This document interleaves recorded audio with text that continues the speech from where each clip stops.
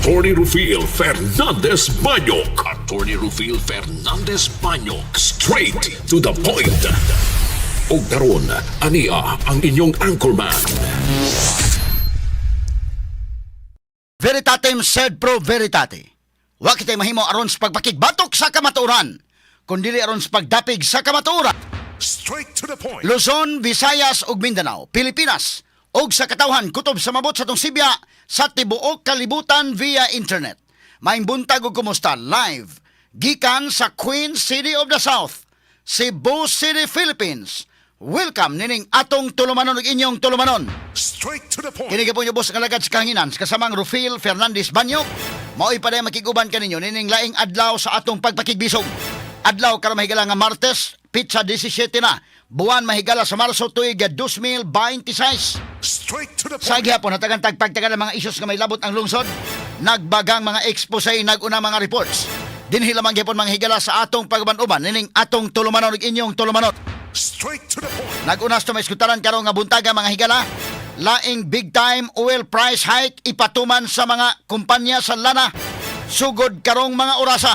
Straight to the Ang point. gasolina musaka gikan sa 12 ngadto 12.90 hangtod sa 16 60 ang matag litro. Straight to the point.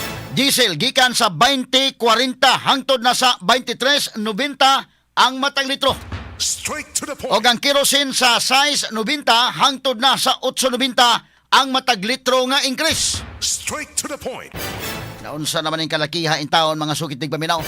O dunay increase mga higala ining gas, mga presyong mga produktong petrolyo, musunod sad mga higala ang ubang mga commodities. Munay nakaparat mga sukit tig paminaw. So collateral damage mga higala igota. Pagan mga higalang civilian ining gira dito sa Middle East. Straight to the point. Kataring pagtagad lubutaga sa atong paban-uban usab nining atong tulumanon ug inyong tulumanon. Straight to the point. Land Transportation Franchising and Regulatory Board kon LTFRB 7. Gipaabot o ginguman ang LTFRB sa kinitibuk ang nasod. Gipaabot nga mo anunsyo karong adlaw alang sa usbaw sa plitihan. Sa jeepney o sa bus, taliwa mahigalas pag pingit na sa mga operators o drivers sa kataas sa presyo sa mga produktong petrolyo. Straight to the point. Kata sa nagpagtagad lubutaga mga kagalaan sa tumanuban usab nining atong tulumanon ug inyong tulumanon. Straight to the point. Pingit ang mga bus operators, pingit sad mahigala ang mga vessel operators mga kagalaan. Ang mga biyahe sa mga barko, porbida gipang-cancel, daghan man gipang-cancel nga mga biyahe indekin. Gumikan sa pagtaas sa mga produktong petrolyo, daghan ang mga biyahe nga mutabok ngadto sa laing lalawigan ang gipang-kanselar na. Aron makadaginot mga higala ang mga kinini ang operator mahigala ni mga barko gumikan sa kamahal matag litro karon sa gas onya portigyod dili gid lalim para nila matud pa mga sukid dig paminaw. Straight to the Kata sa point. nagpagtagad lubutaga sa atong paman-uban mga kagalaan ning atong tulumanon ug inyong tulumanon.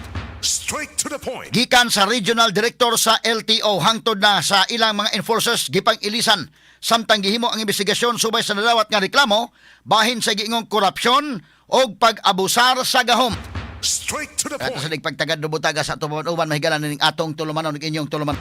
Straight to the Samtang point. kanhi magsisibya, kanhi intern po des DYHP, nga usa na ka abogado mahigala nga sa attorney DX Lapid, mao na bag-ong general manager karon sa Metropolitan Cebu Water District kon MCWD. Straight to the point. Gihulipan ni Lapid ang kanhi manager nga si Edgar Donoso.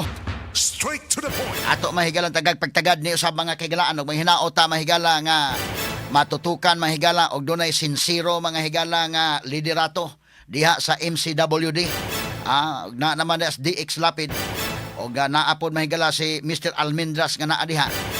Hopefully mga kahigalaan nga dunay kuan. Importante gyud na ang sinsiro nga pagdala day ni anang maong kinini ang public corporation mga sukit tig paminaw.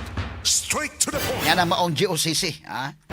Kay aron nga ang mga tao mao'y mabulahan mahigala kung dunay mga moserbisyo nga mga tarong o nagdahom ta mga kaigalaan nya kining si DX Lapid considering mga higala nga gikan is media sa Bindaken makasabot ni mahigala unsay kultura labi ng Cebu media mga sukid ti paminaw. No nga nasayod ta mga kagalaan nga musubay lang kita. Maningkamot tagsubay mahigala sa tarong daan. Straight to the point. Doon na may pipila mahigalang mulikoy tingali. Maningali lang sa ta pero ang kinatibuk-an mahigalang Cebu media at least doon na tay credibility din mahigala nga maayo no nga kredibilidad mga sukid ti paminaw. Straight to the point. Samtang sa laing bahin mga carbon market vendors maghugot karon. Karong butaga mahigala doon na karoy ipahigayon nga panagtigom atubangan sa Cebu City Hall samtang himuon ang executive session sa konseho. Dinhis dakbayan aron i-review ang joint venture agreement Straight to the point. alang sa pagpalambo sa carbon market. Straight to the Kata point. sa nagpagtagad do butaga sa atong pamatuban mahigala ning atong tulumanon ug inyong tulumanon. Straight to the Samtang point. sa kauluhan kampo ni Vice Presidente Sara Duterte, nakaduso gyud og tubag sa impeachment complaint kagahapon mga alas 4:30 na sa kahaponon. Straight to the Kaya point. kana nga option mahigala option na ni Sara either motubag siya o dili siya motubag. So alas 4:30 kagahapon nitubag yun si Sara Duterte mga sukid di paminaw. Og sa pikas bahin ang Vice Presidente sa Milabay migawas asab mahigala nga survey mao na pod mahigalay dunay pinakataas nga approval ratings itandi mahigala ni Presidente Bongbong Marcos Jr. sa uwahi mahigala sa latest nga Pulse Asia survey. Straight to the Og point. samtang sa dugang hisgutan na ito mahigala sa gira sa Middle East.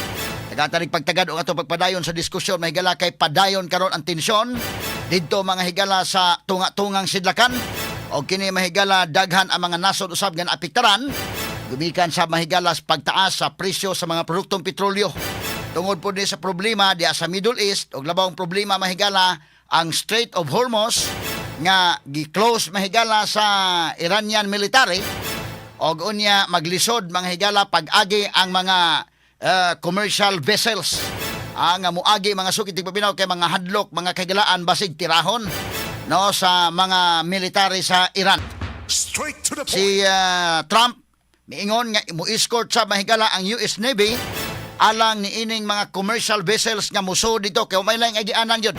Kining Strait of Hormuz naman. Strait of Hormuz maora ni agianan para musod ka dito sa Persian Gulf para nga magkuha ng mga tanker mahigala o mga produktong petrolyo.